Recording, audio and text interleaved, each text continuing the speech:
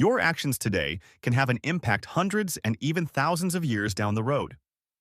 In Numbers chapter 13, we read a story of Israelite spies who are sent by God to spy on the land which God promised them. A leader is selected from each tribe, and they spend 40 days going through the land.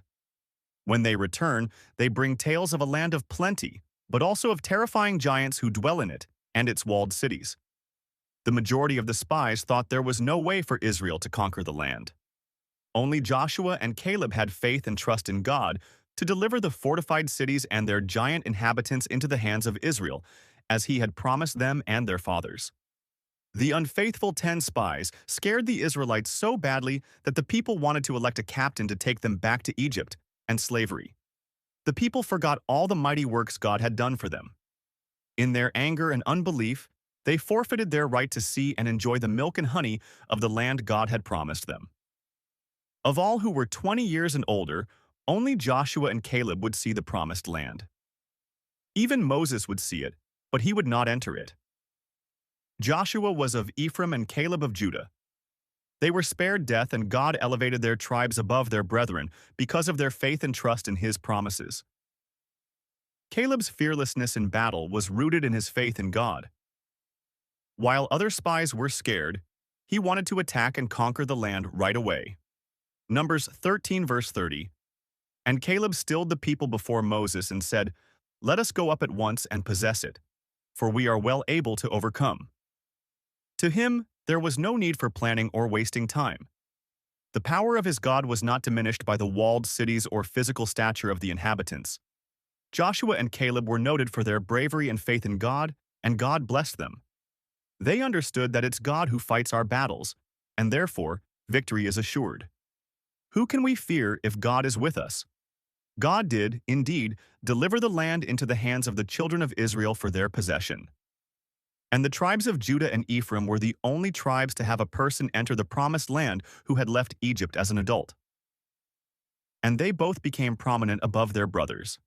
And it all started with two brave and faithful men who stood against the majority and proclaimed their faith and trust in God. Later on in the Bible, we see the kingdom divided in two, with Judah ruling the southern kingdom and Ephraim dominating the northern kingdom. In 1 Kings 11 verse 26, we are introduced to Jeroboam. And Jeroboam the son of Nebat, an Ephrathite of Zeradah, Solomon's servant, whose mother's name was Zeruiah, a widow woman, even he lifted up his hand against the king. King Solomon liked Jeroboam's hard work and bravery, so he made him one of his officials. Unfortunately, Solomon moved away from serving God and served the false gods of his wives, so God sent prophet Ahijah the Shilonite to inform Jeroboam that God will make him king over 10 of the 12 tribes of Israel because of Solomon's unfaithfulness. Therefore, the kingdom of Israel was divided between Judah and Ephraim, between the tribes of Caleb and Joshua. In Isaiah 11 verses 12 and 13, we are told that when Jesus establishes God's kingdom, he shall set up an ensign for the nations, and shall assemble the outcasts of Israel, and gather together the dispersed of Judah from the four corners of the earth. The envy also of Ephraim shall depart, and the adversaries of Judah shall be cut off. Ephraim shall not envy Judah, and Judah shall not vex Ephraim. In Jeremiah 31 verse 9, God proclaims that, "For I am a father to Israel, and Ephraim is my firstborn." Jeremiah 31 verse 20, God goes on to say, "Is Ephraim my dear son? Is he a pleasant child? For since I spake against him, I do earnestly remember him. Still, therefore my bowels are troubled for him. I will surely have mercy upon him, saith the Lord." Verse 27, "Behold, the days come, saith the Lord, that I will sow the house of Israel and the house of Judah with the seed of man, and with the seed of beast." Verse 31, "Behold, the days come, saith the Lord, that I will make a new covenant with the house of Israel, and with the house of Judah." Remember that verse 9 told us that Ephraim is God's firstborn.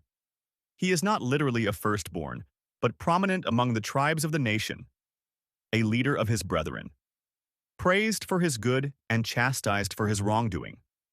Hosea 5 verse 3 and 5. "I know Ephraim, and Israel is not hid from me. For now, O Ephraim, thou committest whoredom, and Israel is defiled.